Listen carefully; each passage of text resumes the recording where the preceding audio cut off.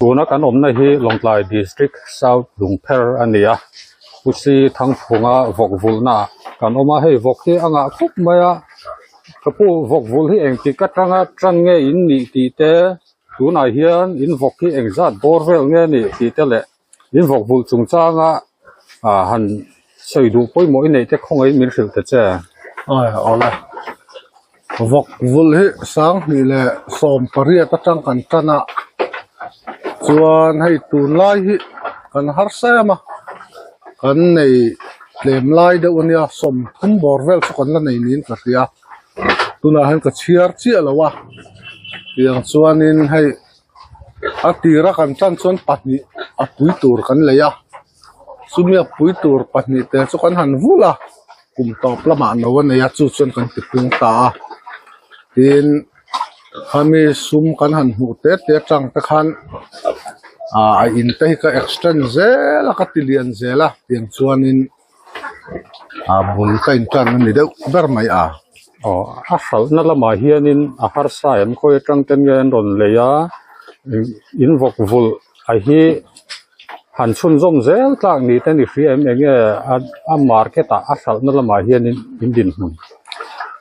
ran vul hi luanga chuan a zi om khop thin maya ama ro chu tun lai taka hian hei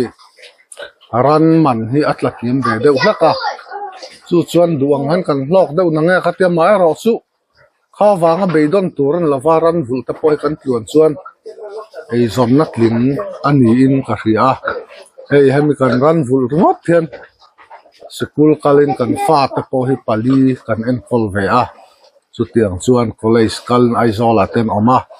hen kan ran vul hen ke ni sarkar na thok lo chuan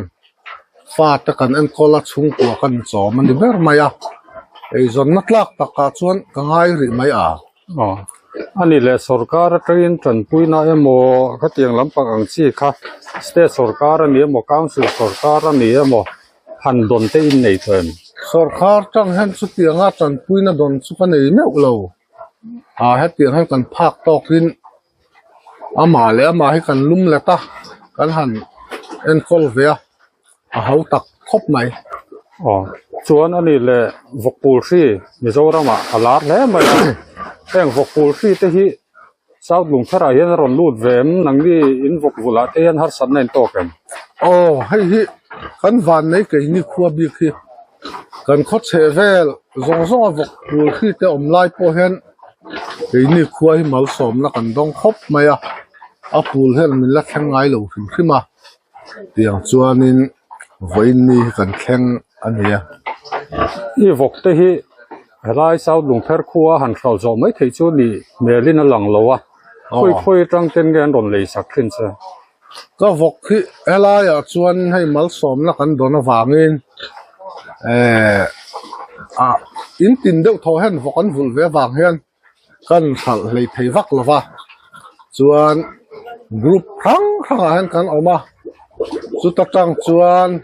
lungbun atang te ser kor atang te sai ha te Longlai muna te hen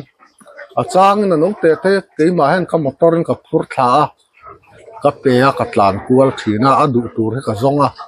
chu tiang chon ka tidral deuh tlang pui mai ani le acho hi enge i pe acho hi readymade thi ka pe atuna tak chon bu file readymade thi chang el vel te hen kan tingiala ma se chang el po han mi he dai seng meu lova a buai thak khop maya chang el motor chi pangai lo fala kangai petrol lo nia khate kan chut khan omzia kan nei thui pon ka in thalova readymade le bu fai ka chuma chu chuan ka mixa tui ril deuh tak han ka pe chu chuan chu kain manage deuh bar mai kan lo khia danin in nei tamlai phei chuan somnga somruk dong te point han nei ni te pon kar hria chung ata chuanin a en kol turin hlo fa te I chhor thinem tu te nge en kol in nu pa mai nge in an en kol khang lai borvel kamin lo hil le te che ni hei a en kol hi hau tak khop maya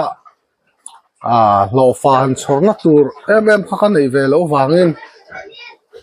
ni china ka soita kan khan kan fa te rin tlak an om lo ba ka khuan om silwa kan nu pan kan en kol ngar ngara hian a chhuna zan han kan om chil ani deuh ber mai helaya hian anh này là vok he đâm lầu thầy nát nát tepo lầu này thầy ven nia em tên nan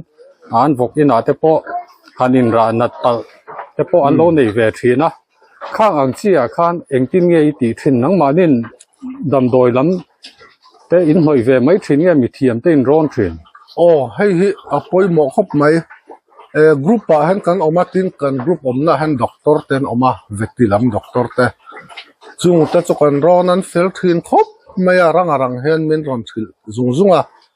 chuan an mania zara an khu deuh emo enga ma te chon du lo deuh emo enge chil phuan chuak deuh an omang chi ta rul hun